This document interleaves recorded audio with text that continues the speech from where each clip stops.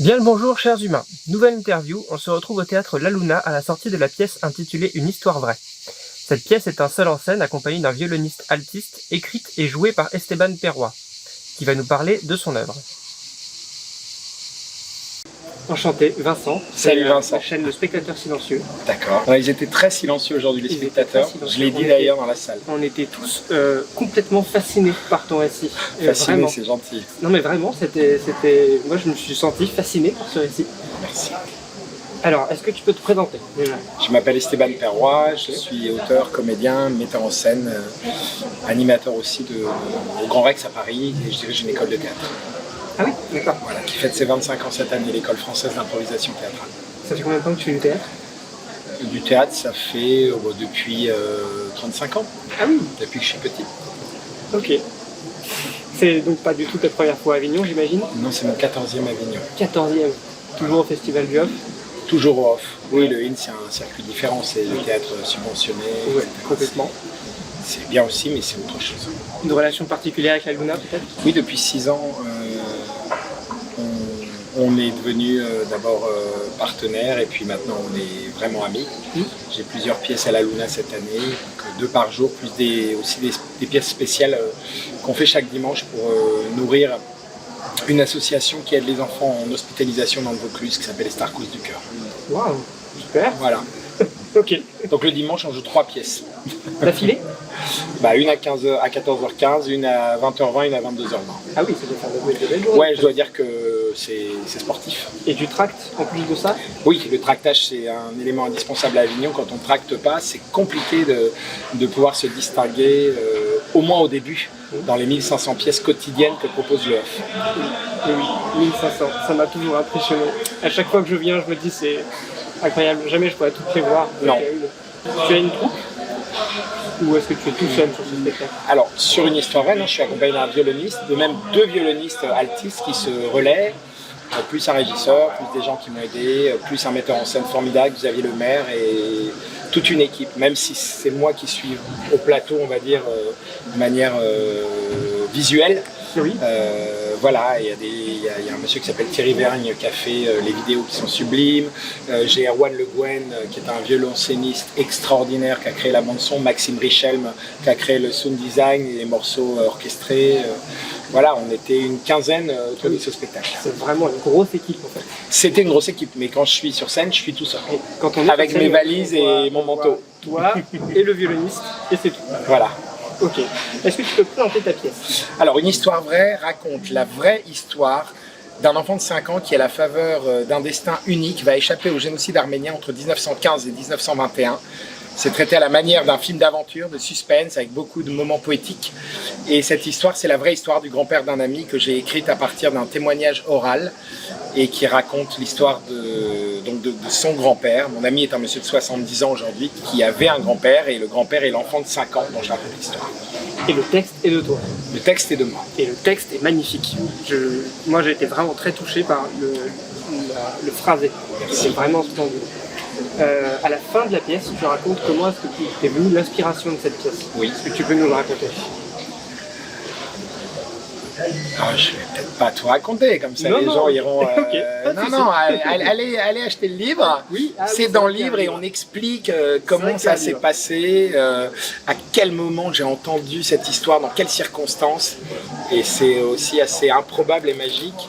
Puis dans le livre, il y a aussi un texte de Christophe Barbier, L'homme à l'écharpe rouge, qui jette un regard, une mise en abîme sur le génocide arménien en rapport avec l'art, la vie, la géopolitique.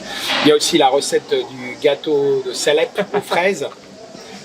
Donc toi, j'avoue que j'aimerais bien la connaître. Voilà.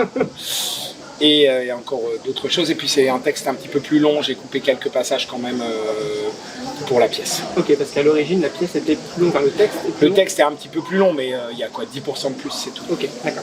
Donc ça vaut quand même le coup de lire le livre. Oui. Voilà.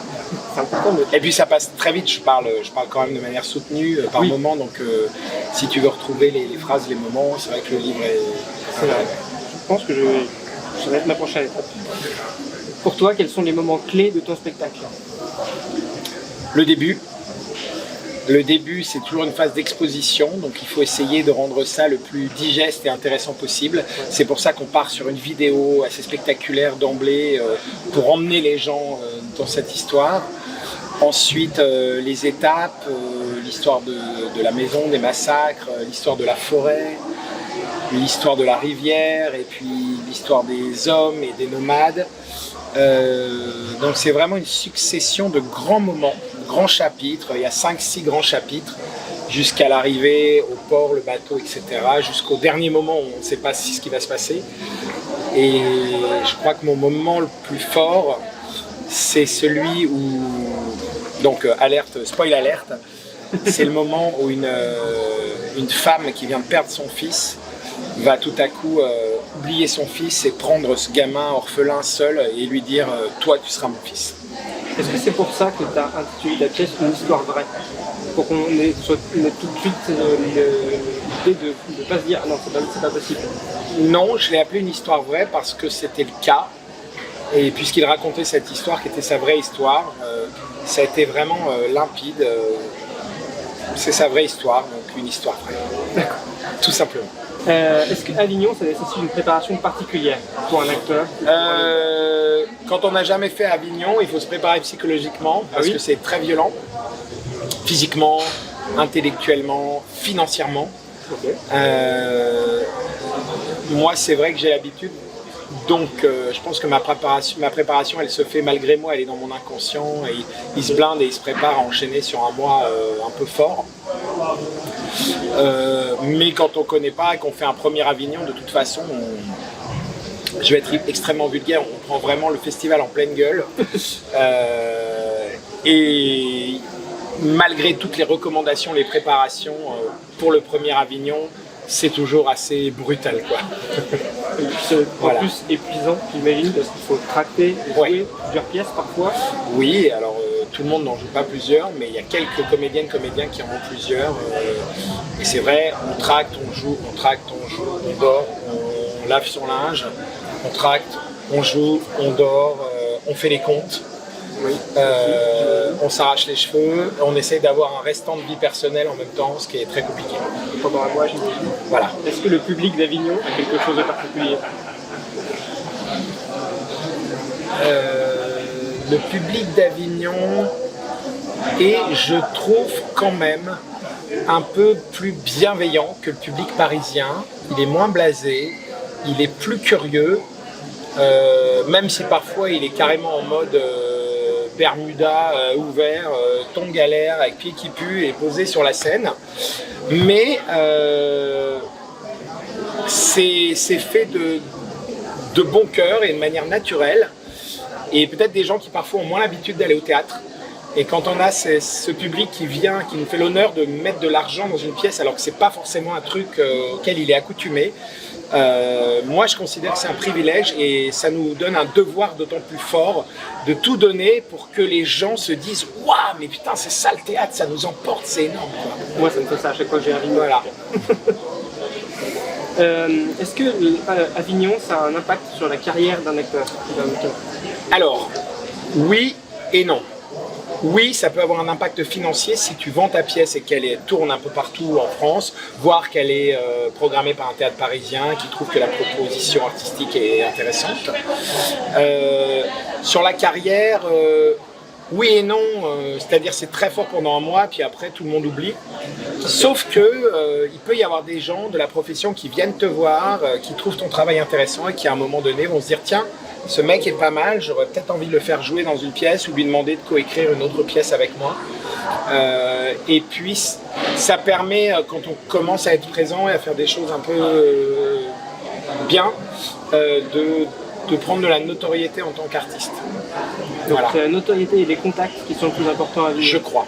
Et la vente des pièces quand elle a lieu. Et la vente des pièces, bien sûr.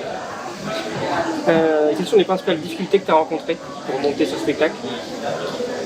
C'est peut-être facile. Écoute, non, c'était pas facile, mais j'ai pas eu de grosses difficultés.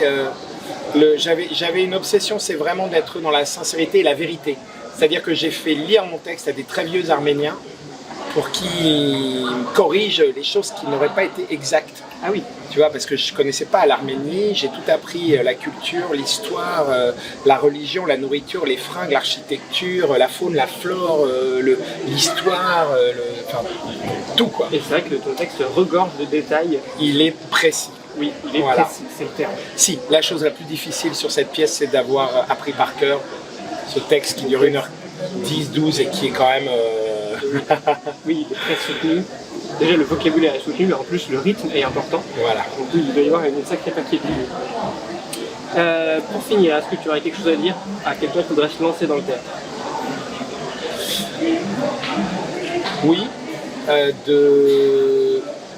de se laisser porter par son envie et de dire aux gens qui sont sceptiques ou qui freinent ou qui ont la tête bien ancrée dans leurs épaules et les yeux en face des trous et qui disent à la personne compliquée, attention, vas-y doucement, non en fait, de leur dire d'aller se faire foutre et puis de tracer et de faire sa route en fait. Et surtout de ne pas gommer l'originalité de ce qu'est la personne. Si on est là pour limer les coins, pour rentrer dans un moule, ça sert à rien. Si on a une envie, une proposition, une personnalité, qu'elle soit charismatique, dérangeante, provocante, décalée, assumer à fond ce qu'on est et essayer de faire quelque chose en lequel on croit. Écoutez les conseils des gens qui sont des professionnels et qui vont vous dire peut-être tu devrais explorer ça, regarde si tu fais comme ça. Ça oui c'est intéressant. Écoutez les gens dans ces métiers qui ont un regard bienveillant et qui n'ont pas d'intérêt à être contre vous, avec vous. Mais les perles à morale et les donneurs de bons conseils, franchement, voilà, c'est ça mon conseil. C'est un très beau conseil. Merci Vincent. Merci à toi, merci de m'avoir reçu. Avec plaisir. Et je te l'envoie. Tu me l'envoies. Ouais. Suivez la chaîne de Vincent pour voyager autour du monde et aussi à travers l'art et la culture. C'est gentil, merci. C'est la fin de cette interview. Un grand merci à Esteban pour s'être prêté au jeu. Je tiens à dire que l'écriture de cette pièce est particulière. Le texte est poétique, intense, témoigne d'une grande maîtrise de la langue autant que du jeu, et c'est vraiment une expérience immersive que nous propose Esteban. Courez donc voir cette pièce. Je vous mets le lien en description. Je vous mets également le lien vers son livre. Le rythme de la pièce étant soutenu, j'ai trouvé agréable de pouvoir retrouver le texte et de le savourer. Il contient également une préface de William Mesguich, un texte intitulé Cantique de la douleur, des notes de l'auteur et bien sûr la recette du gâteau de Salep. Mais ça, vous comprendrez le clin d'œil en sortant de la pièce. Alors, courez-y!